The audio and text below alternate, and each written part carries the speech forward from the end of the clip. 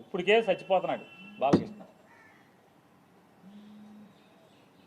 పవన్ కళ్యాణ్ ఉప ముఖ్యమంత్రిగా హెలికాప్టర్లో విమానాల్లో తిరుగుతాం, వాళ్ళ బావ వంగి నమస్కారాలు పెడతాం,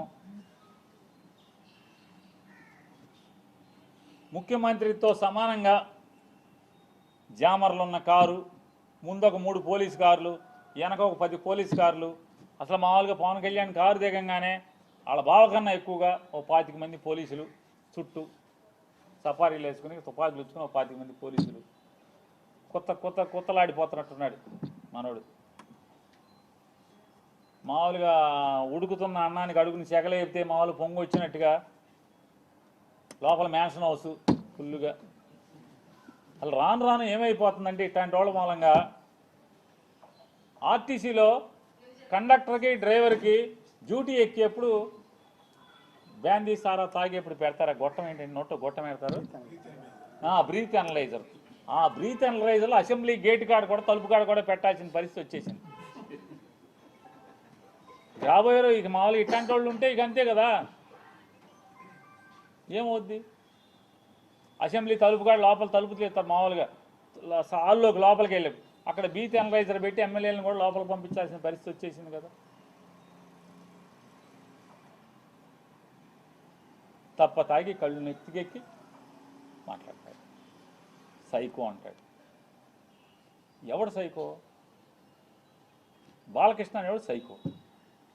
ఎందుకు సైకో? పవన్ కళ్యాణ్ హోదాని ఆ వెలుగుని చూసి ఏడవలేక సైకో. నువ్వు సైకో. ఎవడికి సైకో? మాకేం సైకో? ఏం చేశాడు సైకో? సిగ్గు లేకుండా నేను కలవలేదని చెప్తావా?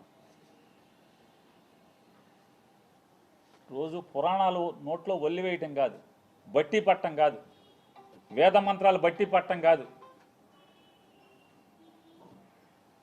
దేవుడి పద్యాలు బట్టి పట్టం కాదు, నాలుక మీద పురాణాలు, ఉపనిషత్తులు, వేదాల్లో ఉన్న వాక్యాలు అవి బట్టి పట్టినంత మాత్రాన ఇట్టాగుంటుంది. బట్టి పడితే జీవితం, బట్టి పట్టిన బతుకులు ఇట్టాగా ఉంటాయి. పేరుకేమో బయట మామూలుగా మైకూర్చుకుంటేనేమో వేదాలు, ఉపనిషత్తులు అవి మాట్లాడటం ఆ ఊ అని చెప్పని. మనిషిని మందేస్తే ఇది మన తంతు.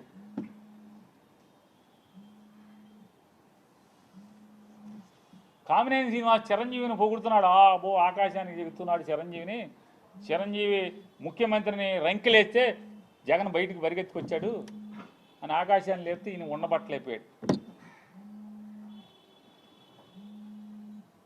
లేచిపోయి వెంటనే కామినేని శ్రీనివాస్ గారు సైకో, అప్పుడు వచ్చారు కదా సినిమా వాళ్ళు అది ఇదని. సాక్షాత్తు బాలకృష్ణ నాతో ఫోన్లో మాట్లాడాడు,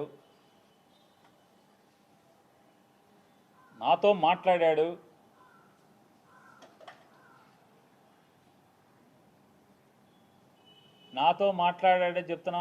నాకు జన్మ ఇచ్చిన నా తల్లిదండ్రుల మీద ప్రమాణం చేస్తున్నా, నువ్వు చేయి, నాతో మాట్లాడలేదని చెప్పాను. మీ అమ్మా నాన్న మీద మాటకి చెప్తారు కదా. అరే ఎన్టీ రామారావు గారు, బసవతారకం గారు ఎంత క్యారెక్టర్ ఉన్నవాళ్ళు, ఎంత సంస్కారవంతంగా బతికారు వాళ్ళు, ఎంత సంస్కారవంతంగా బతికారు.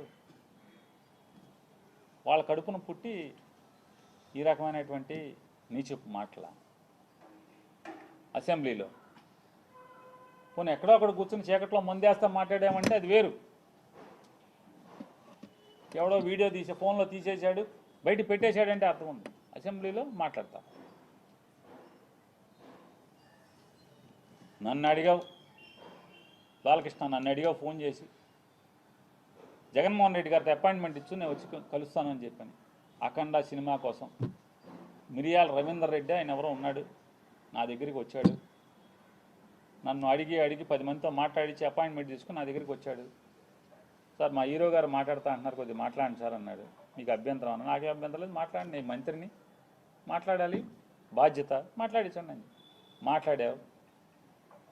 జగన్మోహన్ రెడ్డి గారు ఎట్టా ప్రవర్తించాడు? నేను వెళ్ళి అడిగితే, సార్ బాలకృష్ణ ఫోన్ చేశాడు సార్, వస్తాడంటే మిమ్మల్ని కలుస్తా అంటే కొద్దిగా అపాయింట్మెంట్ ఇవ్వండి అని అడిగాను. ఏ బాలకృష్ణ? చంద్రబాబు నాయుడు బామ్మర్ది. అవునండి, ఆయన బామ్మర్ది. మన దగ్గరికి ఎందుకు, ఏం పని ఏంటి అంటాను. అఖండ సినిమాకి లీనియంట్గా ఉండాలంట. వాళ్ళు బ్లాక్లో అమ్ముకుంటారు టికెట్లు, ఎక్కువ షోలు వేసుకుంటారు, బాగా సినిమాకి ఎక్కువ ఖర్చు అయిందంట. మామూలుగా బడ్జెట్ 45 కోట్లు ఎంతో అనుకుంటే అది ఆ డైరెక్టర్ వల్ల అంటే ఎక్కువగా అమ్మారని చెప్పని రేట్లు ఎక్కువగా అమ్మారంట. ఎక్కువగా అమ్మటం వల్ల దాన్ని 70 కోట్లకి తీశారంట. కాబట్టి అమ్మపోతే సినిమా బాగా తీసాం, బాగా వచ్చింది, మంచి సినిమా తీశాను కాబట్టి చూసి చూడండి పొమ్మని అడుగుతున్నాడండి. సరే ఏదో మాట్లాడే సరే, వాళ్ళకి ఏమైనా సాయం కావాలంటే చేసి పెట్టని చెప్పి. అంత హుందాగా ప్రవర్తించినటువంటి జగన్మోహన్ రెడ్డి గారి గురించి మాట్లాడే భాష. వాళ్ళ తండ్రి గారు ఏం చేశాడు మీకు సాయం తెలీదా? యావజ్జీవ కారాగారం అనుభవించాల్సినోడు కదా. జీవితంలో మర్చిపోతాడు ఎవడన్నా? మనిషి జన్మెత్తినోడు చిన్న సాయం చేస్తే ఎవరు కూడా మర్చిపోరు. అట్లాంటిది ఏమవ్వాలి? ఏం చేశారు? కొడుకు సాయం చేశాడా తెలీదా? చేశాడు కదా.